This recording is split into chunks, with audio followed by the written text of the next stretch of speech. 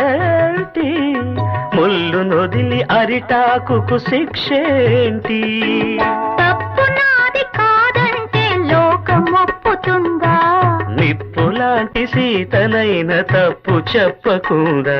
అది కథే కదా, మన కథ నిజం కాదా? అది కథే కదా, మన కథ నిజం కాదా?